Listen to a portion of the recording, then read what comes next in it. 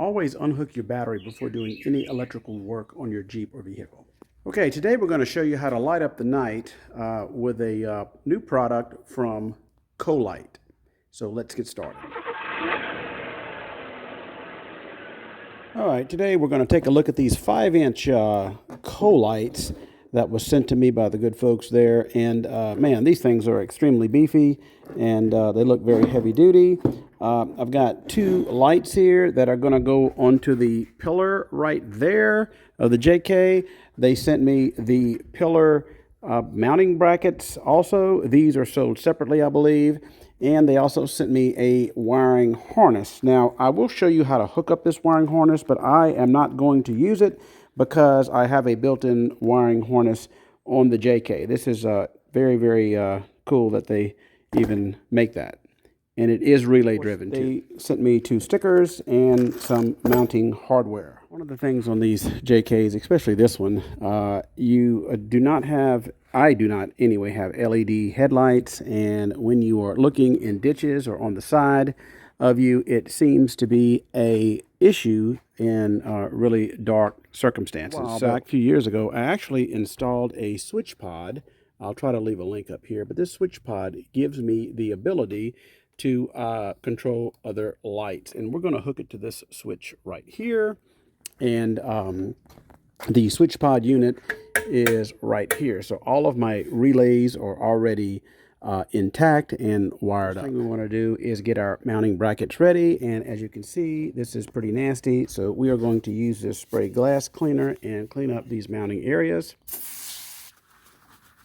Although I have a lot of power and fancy tools, this is a job you can just do with some basic hand tools. I am using this old Craftsman set, and we are going to get a socket out of here. Simple hand tools. I've got this Craftsman T40 socket and a wrench, and we're just going to take these two out.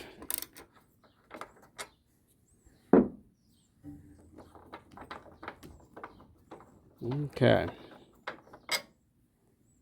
So these brackets are, they are specific to left and right. So you can see this one is for the right side of the Jeep. And don't forget, they give you a little gasket protector that is going to go over it actually like this. Make it real easy. One side is sticky, so we're going to take this off. I got the sticky back off. I am going to line it up right here.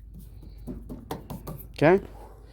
And this should be a pretty easy install. Now, to get under the bracket, I had to use an extension. I don't believe there's a torque spec on these, but just don't go bananas tightening it. It doesn't have to be that tight, just Guten tight. Now that we've got a good sturdy mount, let's go take a look at one of these lights here. It's not a left or right. You just you can use either one of them. All right, so let's see how we are going to mount it. The hardware that comes with this is 2 mounting bolts, the nuts, and flat washers and lock washers, and it also comes with 2 little Allen keys that you can use here for your micro adjustments. Now, you can mount these 2 different ways. You can go through the light bracket down like this, or you can actually go up from the bottom. Either one works. On the right side here, the passenger side, you do have to be mindful if you have a antenna because it will bang on it. So I need to make sure that I adjust this back or forward so antenna doesn't rub on it. I did decide to put the bolt this way because if you take a look, these little raised areas will keep the top of this bolt from actually twisting. So all you will have to do is put a wrench on here and tighten it up. A 17 millimeter seems to fit that just fine.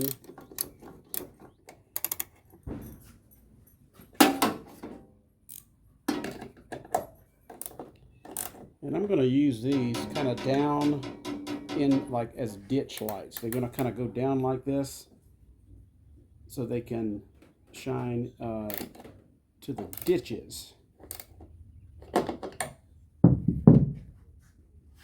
And then once you get the mount, I'm going to adjust my angle by adjusting it here and using one of the supplied Allen keys and tighten her up.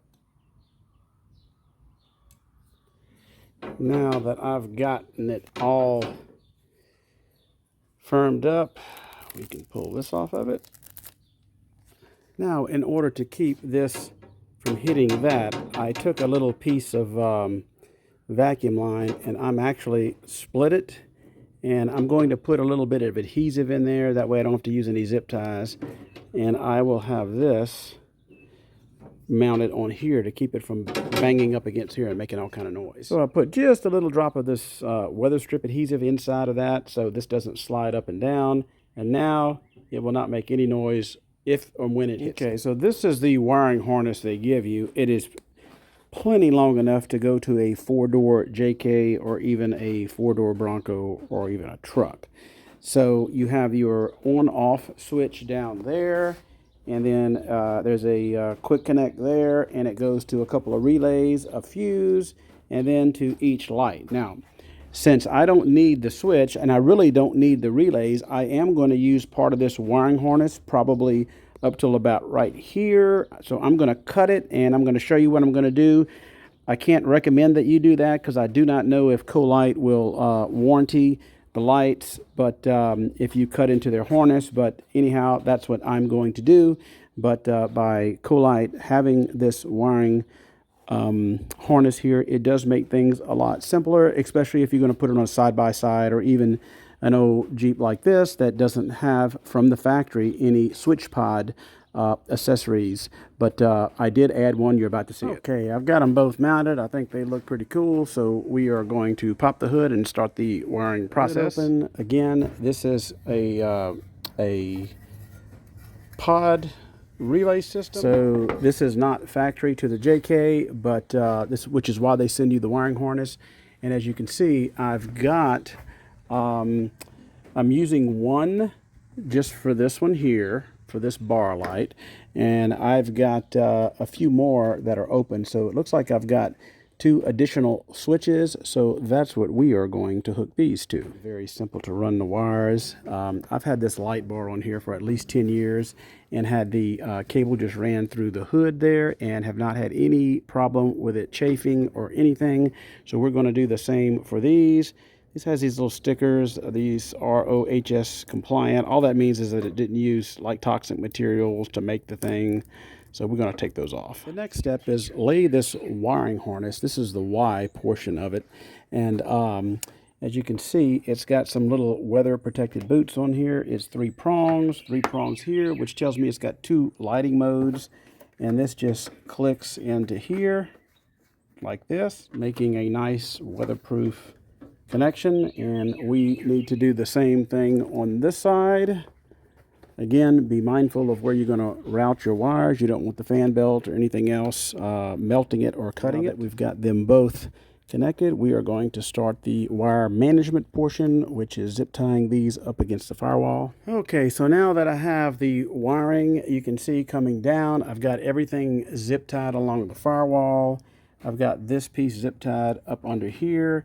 I am going to cut the wire approximately here, and then I am not going to use this relay section. So exposing the wires, you see I have a black, which is presumably ground, and then 2 power wires. So there's 2 modes on this thing. There's the internal mode and external mode. So tonight, once I get everything hooked up, we're going to see what this looks like. So let's get this hooked up. Okay, got them all hooked up. They're on relays, they're on fuses. Let's see what they look like in the daylight. So I'll flip one switch for the driving light, for the main lights, and then the other switch for the driving lights. So we're going to wait till tonight and see what these things look like. The only tools I used in this installation was a T40 Torx bit with a extension and simple ratchet, a 17 millimeter ratchet wrench, some wiring accessory installation stuff, the 2 Allen keys that it came with, or hex keys, and a lot of zip ties. It's not quite dark yet, but here's the little driving light portion. You can see it on here. Turn on the other one. And those are extremely bright. I mean, you know that the film or the camera doesn't do it justice, but wow, that is crazy bright. Well, there you go. These are extremely heavy duty, very bright, and will work perfect for my ditch lights. I'll leave you a link in the description on how you can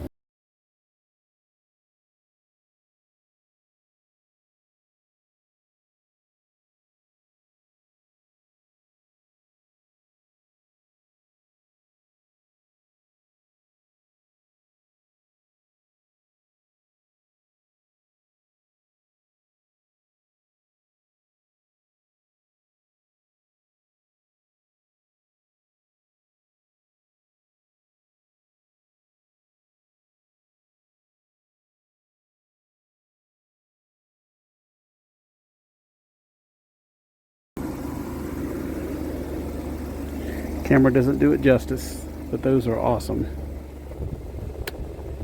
Again, a shout out to the folks at Colight for sending me these lights. I think they're a great value. So link in the description below. Y'all have a great day.